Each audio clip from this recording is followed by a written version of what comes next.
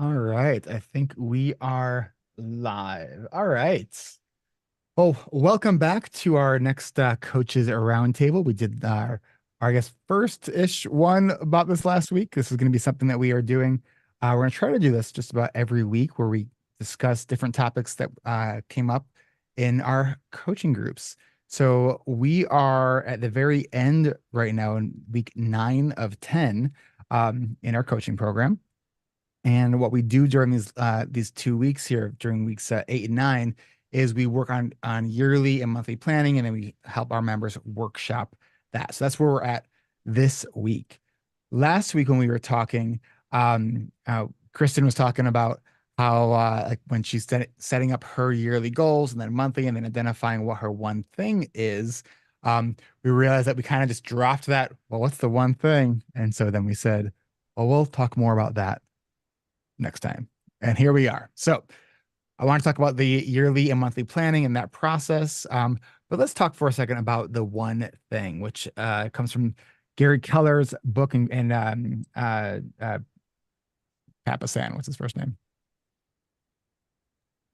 What'd you ask? The author, Gary Keller and Jay Papasan, right? Oh, okay. I didn't know there was another author. Yeah, I thought it was just Gary Keller. I'm sorry. I think both of them wrote that. So the idea of the one thing, um, you know, part of why we have this as a required reading for our coaching groups, is, I think it's a great book that helps with prioritization. As we know, with ADHD, like we tend to prioritize based on proximity, not priority. So whatever's shiniest, most interesting, and just closest to us that's getting our attention, that's what we tend to prioritize, which is a really awful way to actually prioritize. So in the one thing, they have this focusing question, which asks, what's the one thing you can do, such by doing it, or make everything else easier or unnecessary? And so we use that throughout our entire program, whether it's talking about those tasks that we just kind of have to do, like the dishes, or our bigger goals, or even our bucket list items. We look at that focusing question to really help us identify what is the actual action step and what could we do that's going to make that easier. All right. Yeah, I wanted to join in right here because you said we tend to prioritize by proximity, and you did say interest base. I think I do some of that, but I also tend to prioritize by emotion in the moment. I don't want to do that. I'm not doing that. I'm going to find something else to do. And so I think that's how, as we use in the program, we make it a weekly one thing. I think that has helped me because I will choose things that I know I'm not going to go, oh, I'm excited to do that. I'm going to get right to it. I'm trying to choose things that I have to think about. And I think that's what I was starting to share is that sometimes I can have something a weekly one thing identified, and what I learned throughout the last few years because I was a member of the program first back in the spring of 21 was that I would put it my thing, and then I wouldn't really try to do it, or I would start picking things easier because of that, or picking them by emotion, and so I really wasn't utilizing it as a tool for my unique need.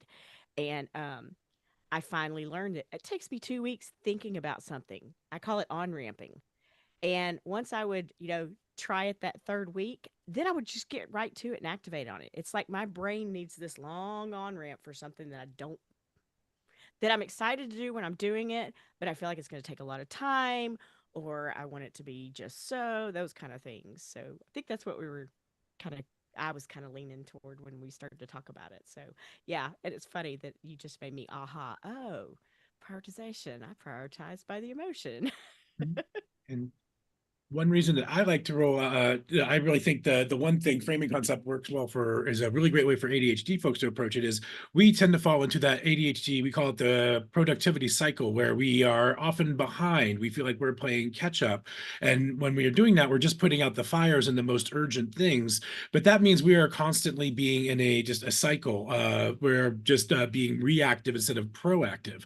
When we start applying the one thing, instead of saying, what is the most urgent thing? What is the most overdue overdue thing? What is the most timeliest thing? When we say what is the one thing that it applies a different, subtly implies a different relationship to all the other things. One of the main feedback we get from ADHD, our members in our coaching program, is how do we pick one thing when we don't do one thing a week? We all have to do dozens or hundreds of things a week. How do we pick out the one thing that is the most important when everything feels urgent? And when we by subtly implying that relationship to other things, what's the one thing that makes all the other things easier? And sometimes we get really surprising results we never would have thought of. Like decluttering our house will just like reduce our mental clutter and make it more easier to activate on something that is also urgent.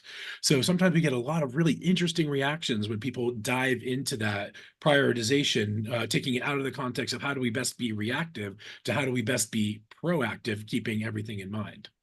I know that we have the tendency to be firefighters, right? Like like some so-called emergency comes up and now we're dealing with somebody else's priorities and once again not dealing with our own.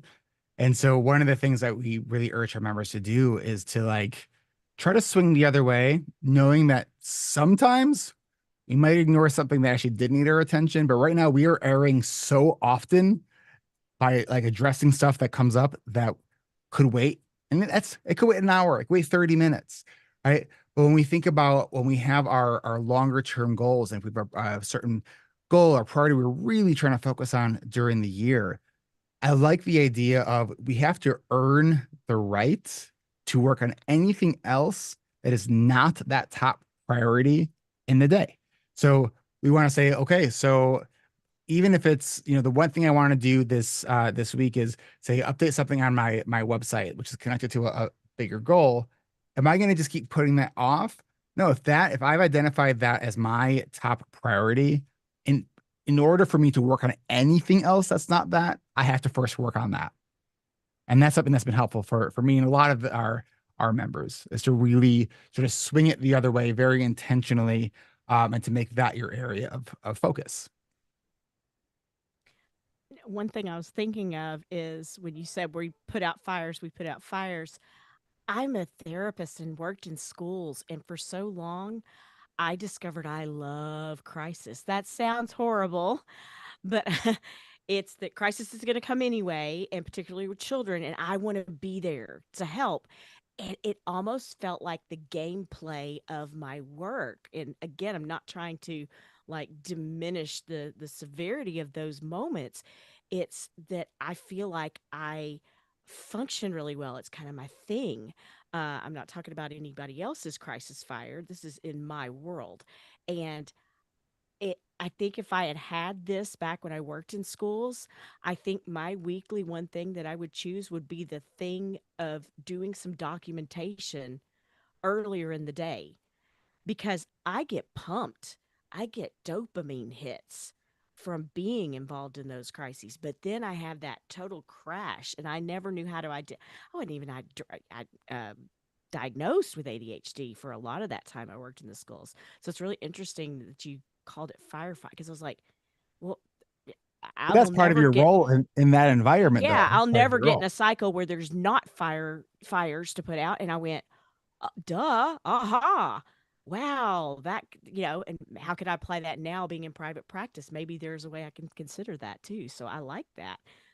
Yeah. What have each of you been seeing this week in group as we're kind of workshopping with our members with their planning? Brian, you want to start with that? Well, first, I always leave room for this in my in-session discussion is the resistance that we encounter when we come to planning. No tool will be effective as effective as if we are resisting it emotionally. So I leave a lot of room for discussion with that because it feels very challenging when we make that jump from daily, weekly planning to monthly or yearly.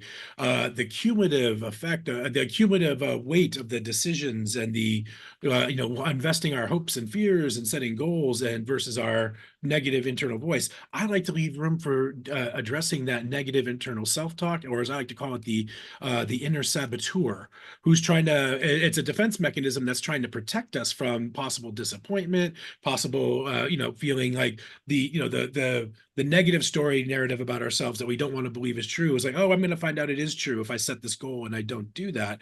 So I like to bring it right out in the open with some group discussions where like, let's bring that into this. And how do we work with our inner voice? How do we work around it? And I make that's the first thing I just before we get into the actual tools. But then beyond that, I like to break it down. There's a grid on some of our materials where we break it like we start with like a monthly goal. We work back. Okay, then the third week, the second week, this and then today, and I workshop with our members. Let's take some real life examples because we worked on longer term planning last week, and we already have all these great ideas that everyone brainstormed. Let's take some of these and workshop working backwards, starting at the end, and saying, okay, let's look forward a month. How do we break this down? What is our monthly incremental objective towards a larger goal? And how do we break that down? What are we doing on the fourth week, right before completion, the third week, the second week, the first week? And this sounds simple, but you would be surprised how easily we get stumped when we really have to start thinking about putting one thing ahead of the other and which one is the first one to do. And we actually had some really great examples of that in my session this morning, where people were like, I saw some light bulbs going off over people's heads. Or like, oh no, I can't do that first because this has to come first because this takes longer to do. This like one was it was like hiring a landscaper was like it might take some time to actually call and get someone to show up here. So I'll put that first and put the other things at the end. So like starting to ask those questions with real life information. It's very telling. I can see the gears turning and then I see the light bulbs go off. And I know for a lot of us, just talking through what we're trying to do, it's sort of like it helps us see where we're not seeing things when we can be witnessed sort of talking it through. It's sort of like, why do we invite people over for a company? So we can clean our homes, right? Like, we don't see the mess until we know other people are going to see it, right? We might not see the gaps in our planning until we're actually sharing it with others.